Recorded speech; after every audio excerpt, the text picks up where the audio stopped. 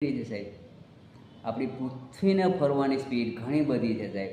મારા શબ્દ નથી, તમે ગૂગલમાં પણ સર્ચ કરી શકશો. આપણી પૃથ્વી 1 કલાકની અંદર 1,08,000 કિલોમીટરની સ્પીડથી ફરી રહી છે. આટલી સ્પીડથી આપણી પૃથ્વી ફરી રહી છે.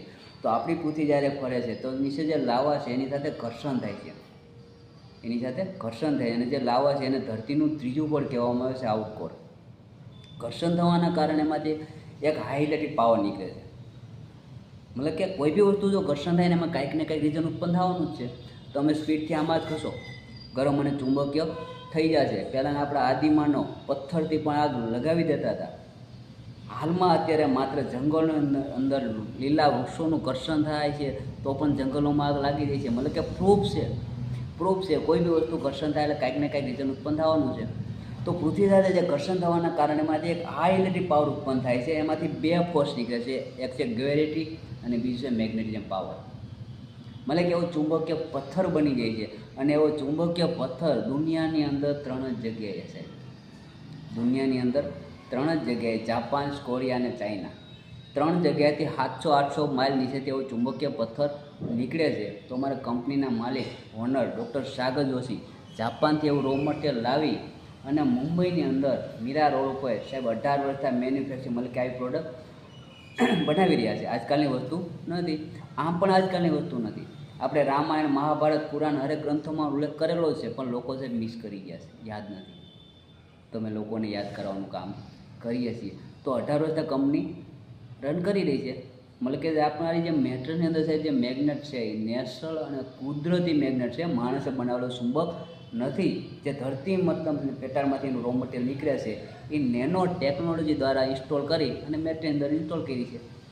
રાઈટ છે. તો અમારી મેટરમાં જે મેગ્નેટ છે નેચરલ અને કુદરતી મેગ્નેટ છે, જે આપણે હેલ્થ માટેના કામના છે. બાકી જે કાળા ચુંબક આવે એ કોમર્શિયલ છે, એ કંઈ ધંધાના કામમાં છે, આપણા હેલ્થ માટે કામના નથી. રાઈટ છે. તો આવી રીતે જે આપણી પૃથ્વી ગ્રહ છે અને જે મેગ્નેટ છે એ આમાં ઇન્સ્ટોલ કરેલા છે. હવે ડિસ્ટર્બ કઈ રીતે? તો પૃથ્વીમાંથી મેગ્નેટિક પાવર, ચુંબકીય ઉર્જા આજે પણ એટલી આવે છે, જે જેટલી 50, 100, 500, 1000 વર્ષ પહેલાં પણ આવતી હતી, તો આજે પણ એટલી આવી રહી છે. મેગ્નેટ કહેતા છે ચુંબક. અને આપણને પણ ખ્યાલ છે, ચુંબક કોઈ લોખંડને ખેંચશે અથવા તો લોખંડ ચુંબકને ખેંચશે. રાઈટ છે. લોખંડ હશે તો ચુંબકને ખેંચશે અને ચુંબક લોખંડને ખેંચશે. દેખીતા જ છે, આપણને ખ્યાલ છે.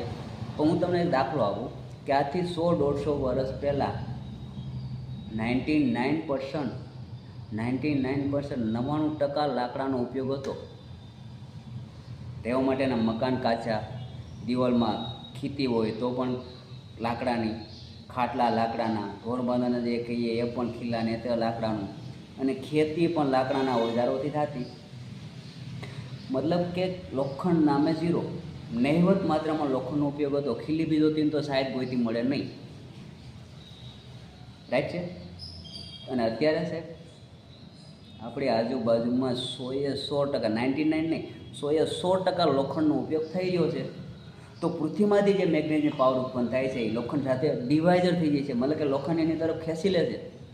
એના કારણે આપણા હાર્ટ અને માઇન્ડને પૂરતા પ્રમાણમાં મેગ્નેટિઝમ પાવર મળતો નથી સાહેબ. આપણું હાર્ટ અને માઇન્ડ બંને પૃથ્વી સાથે લાઈક કનેક્ટ છે. જેમ આપણે ગાડી જોઈએ તો પેટ્રોલ નાખી તો જ હાલે. આપણે જો બોડીને મતલબ કે બેલેન્સ રાખવું હોય, એલર્જી સાથે રહેવું તો આપણે ખોરાક ડેઈલી 3 ટાઈમ જમવું લેવો પડે. તો એવી રીતે આપણા માઇન્ડને હાલવા માટે કુદરતે સાહેબ મેગ્નેટિઝમ પાવર આપેલો છે. મેગ્નેટિઝમ પાવર ઉપર આપણું હાર્ટ અને માઇન્ડ હાલે છે. તો પૂરતા પ્રમાણમાં મેગ્નેટિઝમ પાવર ન મળવાના કારણે પ્રોબ્લેમ શું થયો કે આપણા હાર્ટના ધબકારા દરેક લોકોના સાહેબ માઇનસ થયા, ઓછા થયા. કુદરતે, ભગવાને આપણને 1 મિનિટની અંદર 75થી 80 પ્લસ ધબકારા આપેલા છે.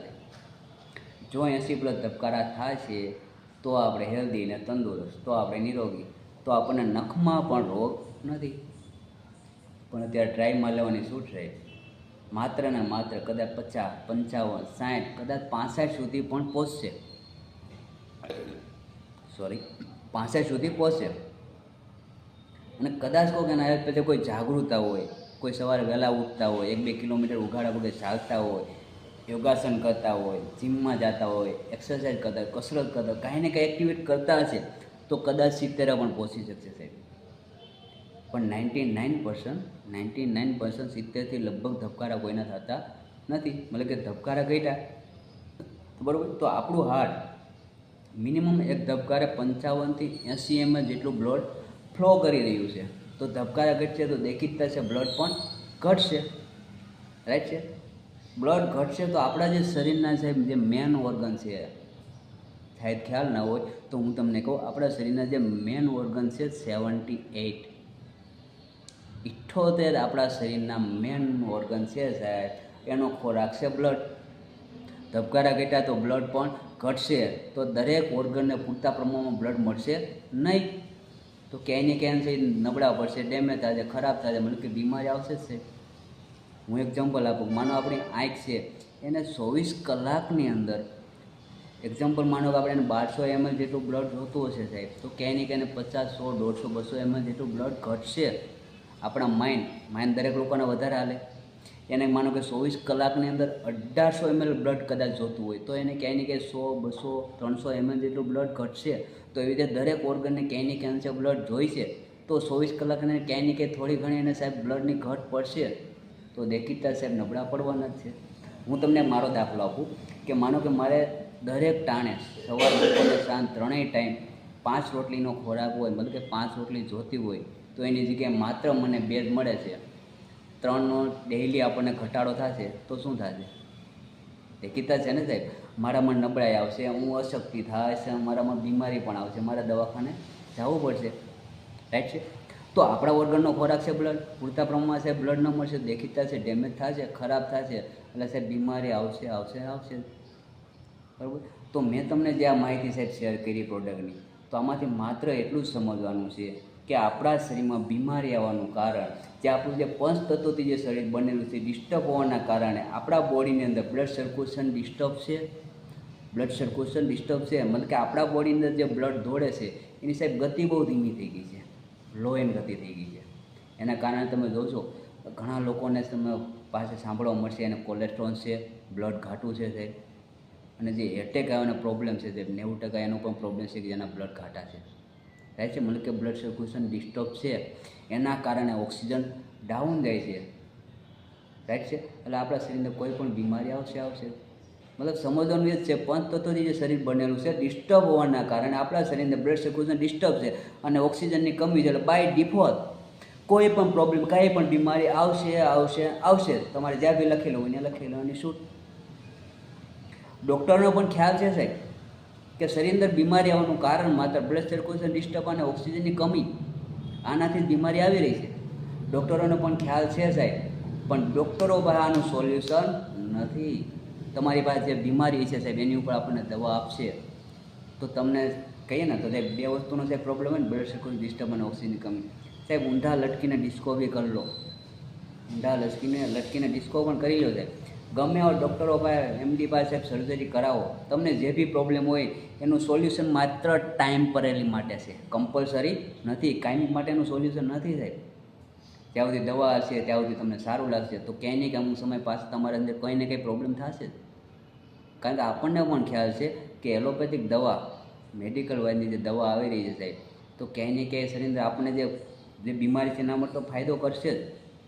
જે બીમારીને આપણે દવા એમાં તો ફાયદો કરશે જ છે, પણ એના કરતાં 10 ગણી આપણા શરીર અંદર સાહેબ નુકસાન કરે છે. આપણને પણ ખ્યાલ છે, ડૉક્ટરોને પણ ખ્યાલ છે, પણ એના વગર આપણી પાસે બીજો કોઈ રસ્તો હતો નહીં. તો આપણી પાસે ઇન્ડિયાની અંદર સાહેબ એવું પ્લેટફોર્મ આવ્યું છે, એવી ઓપોર્ચ્યુનિટી આવી છે કે ત્યાં તમે વગર દવાએ વિધાઉટ મેડિકલ લાઈફ સરસ મજાની સાહેબ જીવી શકો. બરાબર, તો અમારી જે પ્રોડક્ટ છે આ 2 વસ્તુને જ મેન્ટેન કરવાનું કામ કરે છે, બ્લડ સર્ક્યુલેશન ડિસ્ટર્બ અને ઓક્સિજનને, આ 2 વસ્તુને જ મેન્ટેન કરવાનું કામ કરે છે. બાકી અત્યારે દુનિયાની અંદર ઓક્સિજન વધારાની દવા આવતી નથી. કોરોના કાળની અંદર આપણે પણ જોઈએ ઓક્સિજનના બાટલા ગોતતા લોકો થઈ ગયા હતા, મતલબ ઓક્સિજન વધારાની દવા આવતી નથી. ભવિષ્યમાં 99% આવશે પણ નહીં, 99% આવશે પણ નહીં. તો ઓક્સિજન ક્યારે વધે? તો આપણા શરીરની જે બ્લડ દોડે છે એ ડિસ્ટર્બ છે, એ મેન્ટેન થાય, ફાસ્ટ થાય, આપણા શરીરને બ્લડ દોડવાનું ફાસ્ટ થાય એટલે ઓક્સિજન ઓટોમેટિક વધી જશે. અને આપણા બ્લડને ફાસ્ટ કરવા માટે, મેન્ટેન કરવા માટે આપણા હાર્ટના ધબકારા 80+ કરવા પડશે. તો બ્લડ સર્ક્યુલેશન ઓટોમેટિક મેન્ટેન થશે, ફાસ્ટ થશે.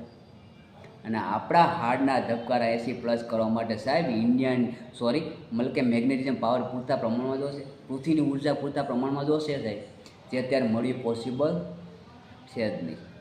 રાઈટ છે, અત્યારે મળ્યું પોસિબલ નથી. તો અમારી આ મેટ્રેસ ઓવર બાયોટ્રેમ નેટવર્ક પ્રાઇવેટ લિમિટેડ કંપનીની મેટ્રેસ ઓવર માત્ર સુવાથી સાહેબ. તો આપણને તે કુદરતી રીતે જે મેગ્નેટ પાવર નથી મળતો સાહેબ, એ નેચરલ રીતે મળવાની શરૂઆત થશે. એના કારણે આપણા હાર્ટના ધબકારા ધીમે ધીમે વધવાની શરૂઆત થશે. એટલે બાય ડિફોલ્ટ આપણું જે બ્લડ ડિસ્ટર્બ છે એ ફાસ્ટ થશે. એના કારણે ઓક્સિજન અપ જશે, મતલબ કે ઓક્સિજનનો વધારો થશે. એટલે બાય ડિફોલ્ટ સાહેબ તમારા શરીરમાં કોઈ પણ પ્રોબ્લેમ, કાંઈ પણ બીમારી હોય છે, એને ધીમે ધીમે રિવર્સ થવું પડે. રાઈટ છે, કોઈ પણ પ્રોબ્લેમ હોય સાહેબ ધીમે ધીમે રિવર્સ થવું જ પડે. બીમારીઓનું કારણ છે બ્લડ સર્ક્યુલેશન ડિસ્ટર્બ અને ઓક્સિજનની કમી. આનું સોલ્યુશન દુનિયામાં કંઈ છે નહીં, તો અમારી પાસે આનું સોલ્યુશન છે. અમારી આ મેટ્રેસ આ બે વસ્તુને મેન્ટેન કરવાનું કામ કરે છે. કાંઈ પણ પ્રોબ્લેમ હોય તો યુઝ કરશો તો ધીમે ધીમે રિવર્સ થઈ શકશે બીમારી. અને કાંઈ પણ પ્રોબ્લેમ નથી તો ઉપરવાળાની મહેરબાની, ભગવાનની કૃપા, પછી બીમારી ગમે ત્યારે આવી શકશે. બરાબર, તો મતલબ કે બીમારી નથી તો આપણને બીમારીથી પણ બચાવવાનું કામ કરે છે. આવનાર જે બીમારી છે એનાથી પણ બચાવવાનું કામ કરે છે. એટલે કે આપણી બોડીને સુરક્ષા તરીકે આ પ્રોડક્ટ કામ કરે છે. બરાબર, એટલે મતલબ કહેવાનો મતલબ કે દરેક વ્યક્તિ સાહેબ, બીમાર વ્યક્તિને તો જરૂરિયાત છે જ, બીમાર વ્યક્તિ નથી એને પણ જરૂરિયાત છે. હરેક વ્યક્તિને સાહેબ જરૂરિયાત છે, જે પાણી પીએ છે, જે મોબાઈલ વાપરે છે, જે સૂવાનું કામ કરે છે, તો દરેક વ્યક્તિને સાહેબ જરૂરિયાત છે.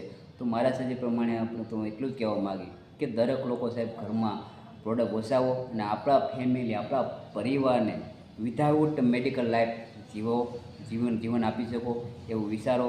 દરેક લોકોનો પોતપોતાના મંતવ્ય સજેસ્ટ કરી છે, મતલબ કે એવું વિચારવું સાહેબ તમારું છે, અમારું કામ છે માહિતી દેવાનું. બરાબર છે. હવે જો કાંઈ પણ સવાલ રહ્યા હોય તો તમે મને પૂછી શકો છો. બાકી હું મારું એ મંતવ્ય કમ્પ્લીટ કરું છું અને તમે બધાએ મને શાંતિથી સાંભળો એ બદલ ખૂબ ખૂબ ધન્યવાદ. Thank you so much. જય હિન્દ ઓડિટોરિયમ.